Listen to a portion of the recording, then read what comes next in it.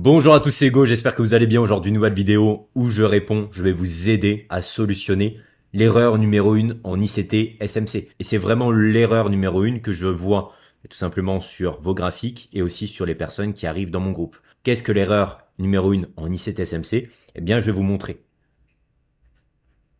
Ce que vous allez faire, vous, c'est faire ça. C'est faire ça. Ici, c'est de mettre le fair value gap. Hop. Ici, on va se mettre un breaker block bearish. Bref, j'ai pas mis parfaitement les choses, mais vous comprenez ce que je veux dire. Le problème, c'est que vous mettez tous les PDRA possibles sur le marché, tous les PDRA visibles. Donc là, vous avez une zone de résistance, là de support. Vous vous dites, est-ce que ça va aller à la hausse ou à la baisse? Si ça break au-dessus, au final, j'ai toujours cette résistance, je dois attendre ici. Mais si vous êtes ici, au final, vous perdez tout le mouvement. Et là, vous avez une nouvelle résistance encore qui se met sur le marché. Donc au final, vous tradez jamais. Vous avez 10 000 questions sur votre graphique. Je vais aller pareil sur AUD, USD. Ah bah tiens, ici au final, j'ai un fair value gap qui soutient le marché. Mais là, j'ai un gap qui me sert de résistance. Mais là, on vient de prendre la liquidité. Que faire?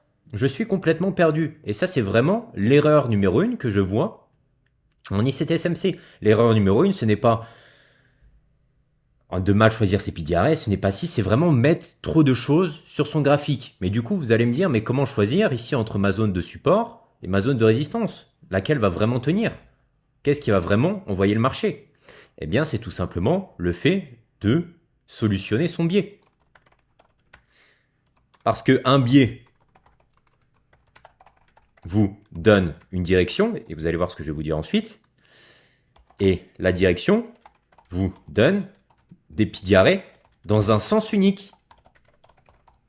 Donc, si pour X ou Y raison, là je suis baissier sur AUD-USD, eh bien qu'est-ce que je vais faire? Je vais mettre que des PDRA bearish. Parce que si je mets aussi mes PDRA bullish, je me perds. Et en plus, si mon biais est bon, qu'est-ce qui va se passer sur mon PDRA bullish ici? Ils vont se faire sauter, ou vice versa. Là, si je suis bullish parce qu'on vient de prendre à l'instant T la liquidité, qu'est-ce qui va se passer ici à cette résistance? Enfin, ça va se retourner en IFVG. Donc là, on prend la liquidité, on clôture au-dessus, et là, ça devient un IFVG. Voyez? Donc ces PDRA ne vont pas tenir car ils sont à l'inverse du biais. Vous avez beau avoir quelque chose ici, et c'est pour ça que les PDRA se transforment. C'est pour ça que les fair value gaps se transforment en IFVG, et c'est pour ça que les order blocks se transforment en breaker block, comme vous savez. Ça se transforme parce que le biais change. À l'instant T ici, on était bullish, je suis ok, regardez là. Le fair value gap a bien envoyé une nouvelle expansion, et je suis en 4 heures, vous avez énormément de quoi faire de l'argent. Les PDRA, ça marche super bien. Hein. Regardez. Regardez comme sur AUD-USD, là, on a à chaque fois le parfait respect. Fair value gap, et c'est ce que je trade, moi. Je trade dans mes fair value gap, ça va à la hausse. Dedans, je cherche des setups. Hausse, hausse, donc tout marche. Mais ça peut pas envoyer des hausses indéfiniment. Donc là, vous comprenez que la hausse est finie, et là, je suis sur du 4 heures, donc là, vous avez eu 10 000 setups. Bah, c'est parfait. J'ai eu mon setup. Mais là, sur fair value gap, si on change de biais, il va se faire invalider. Mais est-ce que pour autant, il a pas marché? Bah non, il a bien fonctionné, regardez. Et la plupart du temps, il fonctionnera bien, mais il ne peut pas résister de façon indéterminée. Surtout que, rappelez-vous, sur les PDRA, c'est la première touche qui compte. On ne retraite pas ici la deuxième. Ça, c'est un conseil que je vous rajoute aussi. Ici, on a encore le fair value gap qui tient. Je ne prends pas position dessus. Je ne mets pas ici un buy, surtout pas. C'est toujours la première touche. Car la première touche,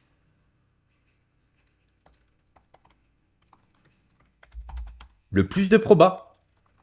Toujours, comme vous voyez ici, première touche, bam. Première touche, bam. C'est toujours ça. Donc, prenez vraiment à chaque fois la première touche. Et là, regardez, ben voilà, il se fait invalider. Et là, du coup, on a même, au même endroit, ici, un gap. Donc là, on repart sur un biais baissier. Pourquoi? Au final, ici, on a un fort displacement baissier qui nous crée, en plus, ici, un PDRA bearish. Vous voyez? Et c'est important, et je vais avoir plusieurs points, mais vous m'excuserez si c'est pas ultra précis, mais je vais essayer de vous délivrer au fur et à mesure. Donc ça, retenez déjà la première touche. On va aller sur le biais après, comment bien choisir. Mais aussi, quelque chose d'important, c'est que je vois vos graphes, vous les regardez comme ça, vos graphes. Vous les regardez ultra éloignés. Mais est-ce que vraiment ce breaker ici du 12 décembre, il me fait tenir le marché? C'est pas lui qui me fait tenir le marché, tout ça c'est du passé. Et bien sûr, le marché n'est que bougie. Donc vous trouverez toujours des justifications. Regardez là, pris une bougie au hasard. Là j'ai une bougie haussière. Si je fais ça, Regardez, comme par hasard, bah oui, ici elle va servir de résistance, ici ça va servir de support, bah c'est logique. Comme si je vais trouver ici une bougie en 1980 qui va me servir de support. Bah c'est normal, c'est le marché, on évolue en range, donc on trouvera toujours des justifications. Mais c'est pas cette bougie ici qui tient le marché. C'est quoi qui tient le marché? C'est tout simplement mes derniers PDRA bullish. C'est tout simplement ici mon busy qui va tenir le marché à la hausse parce qu'il vient d'être créé. Et s'il vient d'être créé, c'est le sens dans lequel la smart money à l'instant T veut aller. C'est elle qui vient de créer ce mouvement. C'est pas mais ici mes PDRA là. Donc le conseil que je peux vous ajouter aussi, c'est regarder à chaque fois, et ça vous le voyez sur ma chaîne YouTube depuis le début, j'ai toujours eu un graphique comme ça, où je zoome beaucoup sur le dernier mouvement. Pourquoi? Parce que le dernier mouvement m'indique où la smart money va aller. C'est pas les bougies de 1980 qui vont me donner une zone de résistance ou de support. Ils ont été pétés plein de fois. Donc bien sûr, parce que c'est le marché et il range en consolidation sur le long terme, vous trouverez toujours une bougie qui va tenir le marché comme par hasard. Mais c'est pas ça. Ici, c'est vraiment à chaque fois, regardez, mes derniers PDRA qui soutiennent le marché. C'est lui. Donc regardez comment je zoome sur mes bougies. Même ici, vous voyez, ici ça a été touché. C'est une zone que je ne vais même plus regarder parce que là on est là à nouveau. Donc là c'est limite, je zoome comme ça sur le dernier mouvement. Qu'est-ce que j'ai sur le dernier mouvement? Expansion, fair value gap. Et qu'est-ce qu'on fait dans le fair value gap? CRT. Donc là vous avez sûrement un beau setup ici en intraday pour aller chercher l'external liquidity. Est-ce que mon dernier PDRA est créé à la hausse ou à la baisse là? Il est à la hausse. Donc je vais tout simplement aller chercher de la hausse. Est-ce que je vais mettre, du coup, vous l'avez compris, est-ce que je vais mettre, du coup, ici, mon order block là? Mon order block géant de résistance? Non. Je vais me focaliser ici sur les dernières bougies. Ces dernières bougies qui me donnent une direction, eh bien le 14 avril 2026. Et si le 14 avril 2026, la Smart Money crée une forte bougie de displacement haussière avec un fair value gap, est-ce que c'est vraiment mon order block datant d'il y a 2 mois qui va résister au marché? Ben non, parce qu'il y a 2 mois j'étais peut-être bearish et la Smart Money a envoyé un mouvement bearish. Mais là, à l'instant T, la Smart Money est bullish. Donc tout ce qui date ici, je n'en tiendrai pas compte. Je vais tenir uniquement compte du dernier PDRA. Et croyez-moi, c'est la chose la plus simple. Je mets une seule direction. Ici, mon dernier PDRA est bullish. Je mets que un niveau haussier. Je ne vais pas aller chercher des niveaux de résistance. Je ne vais pas trouver quelque chose à l'inverse de mon biais, car mon biais est là maintenant haussier. Et donc, surtout, ne mettez pas ici vos résistances, parce que vous ne saurez plus quoi faire à ce moment-là. Vous ne saurez plus comment agir. J'ai ici une zone de résistance de support. Quoi faire? Que faire? Est-ce que je vais partir à la baisse, à la hausse? Regardez, là, on rejette mine de rien ça. Mais au final, ça va aller à la hausse. Pourquoi? Parce que j'ai un mouvement ici, dernier haussier. Et là, vous avez beau avoir un OB, il se fait complètement péter, on clôture même au-dessus. Vous voyez? Là, j'ai toujours, encore une fois, en dernier, qu'est-ce que j'ai? J'ai ce fair value gap ici qui tient. Pareil, je vais chercher de la hausse. Tant qu'il n'est pas break, je vais chercher de la hausse. Ok? Là, par contre, je pense que vous comprenez. Là, on a d'un coup un fort mouvement baissier. Et vous avez vu, c'est juste une lecture sur les bougies. Ici, je suis à la hausse. Est-ce que j'ai un fort mouvement baissier? Ben non, je viens tout simplement ici retracer dans mon fair value gap. Hop, hop, zone discount. Ok? Par contre, là, je pense que vous voyez la différence de mouvement. Ici, regardez, la force de mouvement, est-ce qu'elle était à la hausse ou à la baisse? Comparez les expansions et le retracement. 2 fortes bougies haussières, 2 petites noires. Une grosse expansion haussière, 3 bougies noires, une grosse expansion haussière, et là, des fortes bougies noires. Donc, qu'est-ce que ça m'indique? Ça m'indique que le biais institutionnel a changé, qui a créé ces fortes bougies de displacement, encore une fois, mon concept favori, hein. C'est comme ça qu'on se base. Hein. Eh bien, c'est la Smart Money, et donc là, vous avez ici un niveau baissier. Vous avez même ici le breaker, hein. Bearish.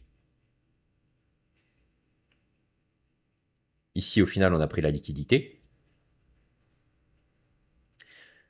On clôture en dessous. On a même ici, au même endroit, un gap. Au final, j'ai envie de vous dire, c'est même un unicorne. Hein. Normalement, l'unicorne modèle, c'est quoi? C'est breaker et fair value gap. Mais bon, là, c'est quasiment pareil.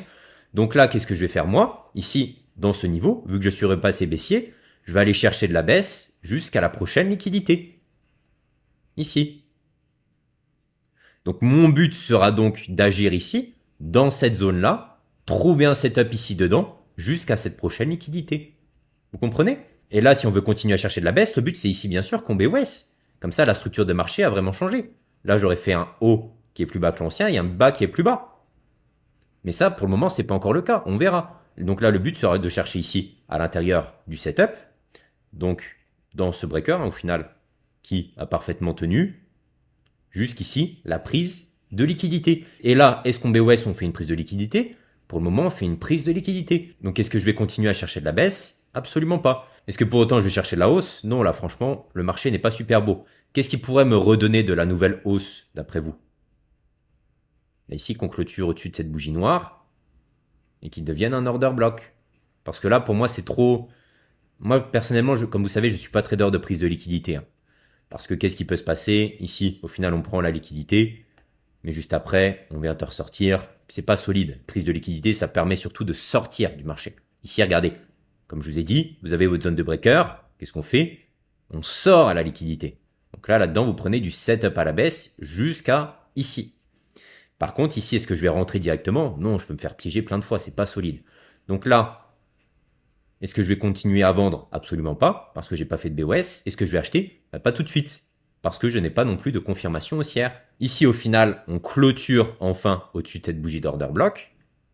Donc là, hop, j'ai enfin ma zone de support qui vient de se créer sur le marché.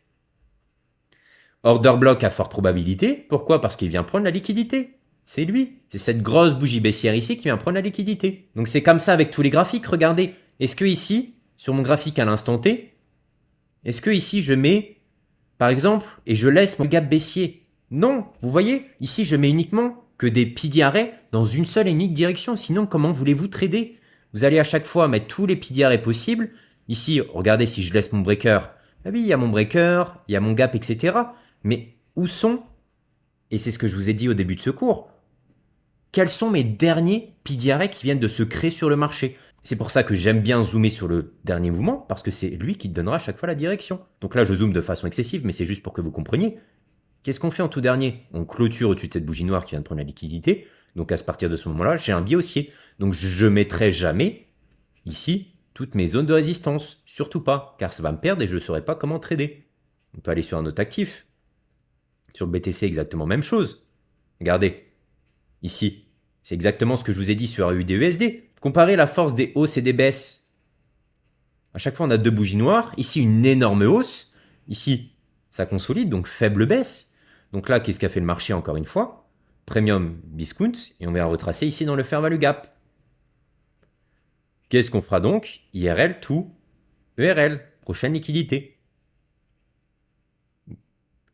Est-ce que je vais mettre ici mes pidi arrêts bearish? Est-ce que je vais ici mettre mon fair value gap baissier? Est-ce que je vais ici mettre, je suis en 4 heures, ici en 1 heure, je vais mettre, je sais pas, ici cet order block baissier? Non. Je mets encore une fois une seule et unique direction. Et vous le voyez à chaque fois sur mes graphiques, moi je mets un seul pidi arrêt. Une seule direction. Ici j'ai un biais bullish. La Smart Money me le montre. En plus, regardez en tout dernier qu'est-ce qu'on fait par rapport à ce fair value gap. On en crée encore ici un nouveau. Donc, qu'est-ce qu'on fait encore une fois? En tout dernier, on crée une hausse. Cette hausse me permettra donc de prendre de l'achat. Et surtout, s'il vous plaît, ne me soulignez pas ici tous les pidi arrêts bearish. Me soulignez pas ici toutes les anciennes choses. Je pourrais toujours vous trouver des pidi arrêts bearish. Toujours. Parce que le marché n'est que bougie. Donc, vous comprenez que si le marché n'est que bougie, il y aura à chaque fois des hausses et des baisses. Et donc, à chaque fois, ça créera des pidi arrêts. Donc là, regardez, est-ce qu'ici, en daily par exemple, je vais mettre ici mon order block? Non, je ne le mettrai pas. Pourquoi? Parce que ma dernière construction ici est haussière. Et c'est elle qui rentre en jeu. Donc facilitez-vous votre trading. Et ça, croyez-moi, ce que je vous donne aujourd'hui, c'est une pépite. Parce que je vois trop de graphiques des personnes qui arrivent dans mon académie où il y a 1 million de pidi arrêts.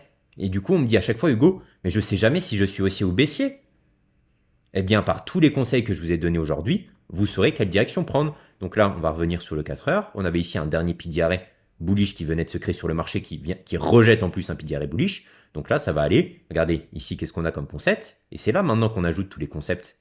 Hop! Concept de CRT à l'intérieur. Magnifique. Et donc là, pareil, sur les low time frame, vous le comprenez, vous allez mettre que les pidi arrêts bullish, car c'est eux qui vont fonctionner. Donc là, j'ai mon order block qui est parfait. Hop!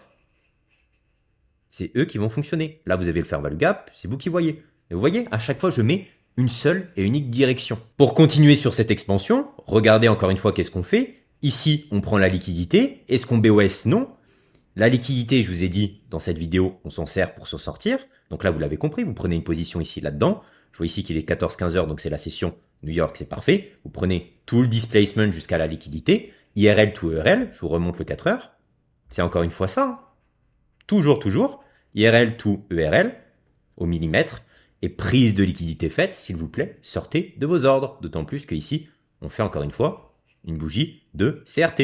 Et derrière, énorme baisse. Là, mon dernier displacement, qu'est-ce qu'il m'indique au final? Je prends la liquidité, énorme displacement baissier. Est-ce que je vais garder ici ce fair value gap sur mon graphique? Non, et en plus, on a clôturé en dessous. Vous voyez? Mais même si on aurait clôturé dedans, est-ce que je garde? Non. Parce que ici, j'ai un énorme mouvement baissier et maintenant, je repasse bearish. Et je mets qu'une seule et unique direction. Maintenant, je suis baissier sur mon marché. Mon but sera ici de chercher du fair value gap, encore une fois, pour aller chercher la liquidité externe. Vous voyez, c'est toujours le même protocole que j'effectue. C'est toujours le même protocole. Liquidité prise, encore une fois. Qu'est-ce qu'on fait? On BOS, fair value gap ici baissier, je vais chercher la liquidité externe. Est-ce que ici, je garde mon fair value gap ici haussier? Eh non, regardez, il se fait sauter. Pourquoi? Parce qu'il a déjà servi, et là, la smart money à ce moment-là, elle était certes haussière, mais là, on a pris la liquidité, elle est baissière. Vous pouvez pas garder vos PDRA comme ça indéfiniment.